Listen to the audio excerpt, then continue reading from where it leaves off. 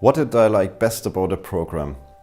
I mean, what I can remember best about the program was a part in India. We talked during a specific lesson in a very philosophical manner what comes after digital transformation and what will be important for humans to learn.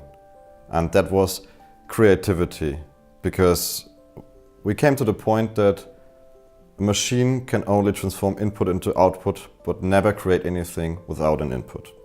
Another great experience was after the part in Germany, where we were set up into different groups, and it was a very impressive experience working together with CIOs or marketing people from India, and to take over their way of working into your projects in your company.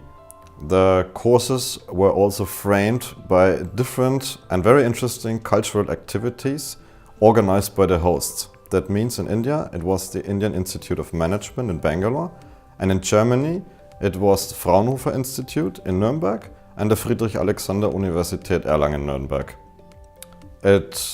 They really put a lot of effort making an unforgettable experience for us.